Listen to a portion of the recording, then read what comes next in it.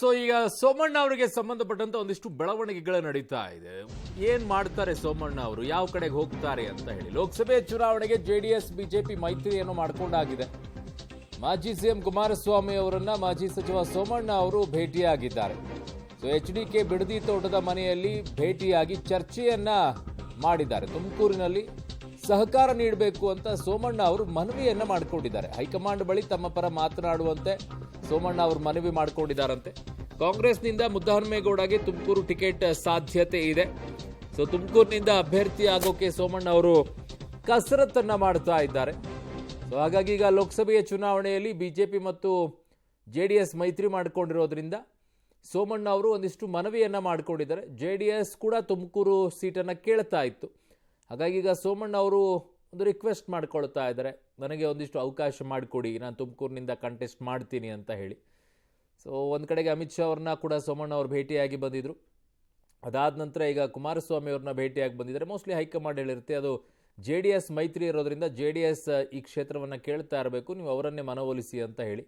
ಹಾಗಾಗಿ ಸೋಮಣ್ಣ ಅವರು ಹೋಗಿ ಕುಮಾರಸ್ವಾಮಿ ಅವ್ರನ್ನ ಮನವೊಲಿಸುವಂಥ ಪ್ರಯತ್ನನೋ ಅಥವಾ ಅವರಿಗೆ ಅವಕಾಶ ನನಗೆ ಕೊಡಿ ತುಮಕೂರು ಕ್ಷೇತ್ರದಲ್ಲಿ ಅಂತ ಕೇಳೋಕ್ಕೂ ಇರಬೇಕು ಮೋಸ್ಟ್ಲಿ. ಸೊ ಹಾಗಾಗಿ ಬಿಡದಿಯ ತೋಟದಲ್ಲಿ ಅವರು ಹೋಗಿ ಭೇಟಿಯಾಗಿದ್ದಾರೆ, ಮಾತುಕತೆಯನ್ನು ಮಾಡಿದ್ದಾರೆ. ನನ್ನ ಪರವಾಗಿ ನಿಂತ್ಕೊಳ್ಳಿ, ನನಗೆ ಸೀಟ್ ಕೊಡೋಕ್ಕೆ ಅವಕಾಶವನ್ನು ಮಾಡಿಕೊಡಿ ತುಮಕೂರಿನಲ್ಲಿ ಅಂತ ಹೇಳಿ.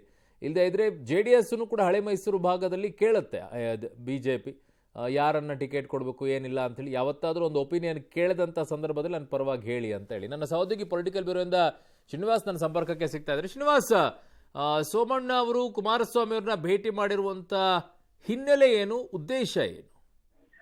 ಅರುಣ್, ಇದು ಎರಡನೇ ಬಾರಿ ಸೋಮಣ್ಣ ಇತ್ತೀಚೆಗೆ ದೆಹಲಿಯಲ್ಲಿ ಭೇಟಿಯಾಗಿ ಅಮಿತ್ ಶಾ ನಡೆಸ್ಕೊಂಡು ಬಂದಿದ್ರು. ಅವತ್ತು ರಾಜ್ಯಸಭೆಗೆ ನಾನು ಸ್ಥಾನ ಕೇಳಿದ್ದೀನಿ ಅಂತ. ಆದ್ರೆ ಈಗ ಬರ್ತಿರುವಂತ ಮಾಹಿತಿ, ಸೋಮಣ್ಣ ಅವರು ತುಮಕೂರಿಗೆ ಮತ್ತೆ ಟಿಕೆಟ್ ಕೇಳೋದಕ್ಕೆ ಪ್ರಯತ್ನಗಳನ್ನ ಮಾಡ್ತಿದ್ದಾರೆ ಅನ್ನುವಂಥದ್ದು. ಹಾಗಾಗಿ ಕುಮಾರಸ್ವಾಮಿ ಅವರ ಅಭಿಪ್ರಾಯವನ್ನು ಮತ್ತೆ ಅವರ ಸಹಕಾರವನ್ನ ಕೋರ್ಲಿಕ್ಕೆ ಇವತ್ತು ಬಿಡದಿ ಮನೆಯಲ್ಲಿ ಕೂತು ಮಾತನಾಡಿದ್ದಾರೆ. ಅವರು ಅಂದ್ರೆ ತುಮಕೂರಿನಿಂದ ನನ್ನ ಪರವಾಗಿ ಅಭಿಪ್ರಾಯವನ್ನ ಹೈಕಮಾಂಡ್ಗೆ ಕೊಡಬೇಕು ಅನ್ನುವಂತಹ ಮನವಿಯನ್ನ ಸೋಮಣ್ಣ ಅವರು ಮಾಡಿದ್ದಾರೆ. ಯಾಕಂದ್ರೆ ಕಳೆದ ವಿಧಾನಸಭಾ ಚುನಾವಣೆಯಲ್ಲಿ 2 ಕ್ಷೇತ್ರದಲ್ಲಿ ನಿಂತು ಸೋತಿದ್ದಾರೆ. ತಮ್ಮ ಮುಂದಿನ ರಾಜಕೀಯ ಭವಿಷ್ಯಕ್ಕಾಗಿ ತುಮಕೂರಿನಿಂದ ನನಗೆ ಟಿಕೆಟ್ ಕೊಡುವಂತೆ ನೀವು ನನ್ನ ಪರವಾಗಿ ಲಾಬಿ ಮಾಡಬೇಕು ಅಥವಾ ಒತ್ತಡವನ್ನ ಹಾಕಬೇಕು ಅನ್ನುವಂತಹ ಮನವಿಯನ್ನ ಸೋಮಣ್ಣ ಅವರು ಮಾಡಿದ್ದಾರೆ ಅನ್ನುವಂತಹ ಮಾಹಿತಿಗಳು ಲಭ್ಯವಾಗ್ತಿರುವಂತದ್ದು. ಅರುಣ್. ಓಕೆ ಶ್ರೀನಿವಾಸ್, ನೀವೆಲ್ಲ ಮಾಹಿತಿಗೆ ಧನ್ಯವಾದ.